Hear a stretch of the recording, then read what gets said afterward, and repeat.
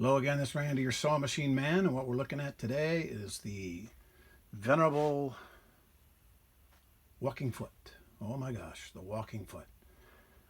It started out in the 70s as the plaid matcher, then it became the walking foot, then it was the quilting foot, then it was a walking foot, but it's pretty much the same as it's been for 50 years. These used to come with the Singer machines back in the day, the old walking foot, and unlike an industrial upholstery machine that has a foot that actually walks and feeds,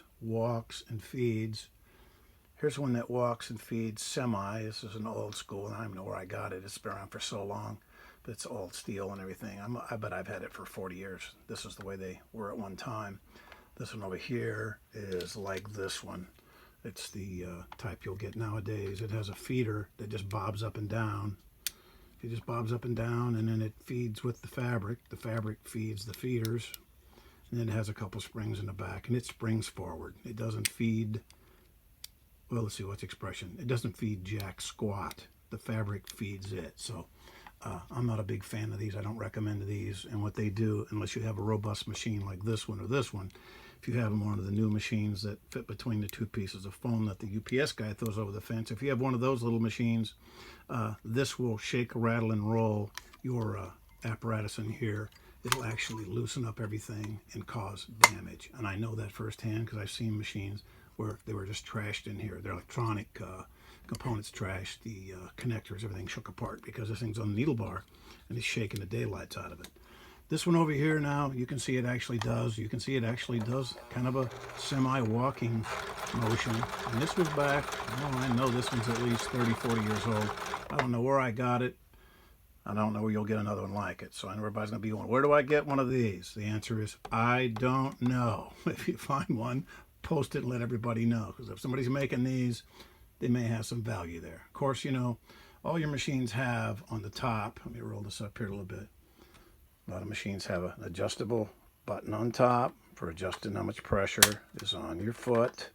So, you know, you can do that. Some have a knob that you can turn to adjust the pressure on the top. And of course, for years, that's how you did it. You didn't worry about whether it had a walking foot. But if somebody buys a walking foot, somebody gets your money. And these are everywhere. I see a lot of people have them. Sometimes they don't hurt a thing in the world. Sometimes they trash the machine. Here's this one here trying to feed. And what it's doing is just shuffling. It's shuffling the fabric. The fabric shuffles it. It's spring loaded. So it just, and I see these springs break and it's doing absolutely nothing. The customer doesn't know it's doing nothing. It's just sitting there flopping around. And of course they don't know it's got a broken spring or two broken springs and it's doing absolutely nothing. But they're sewing away. And, you know, that's just the way it goes sometimes. This Singer one, everything else is kind of a copy of this one. It's plastic with plastic, surrounded by plastic and light spring. It's got a little metal in there to keep it together. But this is plastic. A lot of the stuff are just completely plastic nowadays, and that's just the world we're in. Plastics come a long way. There's a whole lot of people that have medical procedures done with plastic, and it has its place. Plastic's some awesome stuff, but on a sewing machine, you got to be careful because it'll fail. So what people say, okay, what do you do? If they don't want a walking foot, what do you do? Well, I recommend to get a roller foot. If you're worried about what happens and you're trying to cure it when you get to the end and the fabric isn't like this, the top's got a drag and it gets to the end and you have the ends don't match up here. So you want it to be like this. So if the top doesn't drag and the bottom feeds and they feed at the same pace, well, you can get a roller foot. See, it's got rollers. Rollers on the front, rollers on the back. You put that on, you adjust your pressure on top properly, and this little guy will really do the job without all the shake, rattle, and roll of that goofy plaid matcher, or whatever you call it, walking foot, quote unquote. But these come in metal with metal rollers. They come with plastic with metal rollers, like this one. And they come plastic with plastic rollers. Of course, you know me, which one I'm going to recommend will be the metal with metal rollers. If you can't get one, get a plastic with metal rollers or plastic with plastic. See if you like it. It'll work for a little while before it flies apart. See if you like it, see if it works for you. And another thing you can do also is use a Teflon foot. Yep, good old Teflon. And that's super slick, and it'll cut the drag down, and then that'll work for you. So get a Teflon foot, roller foot.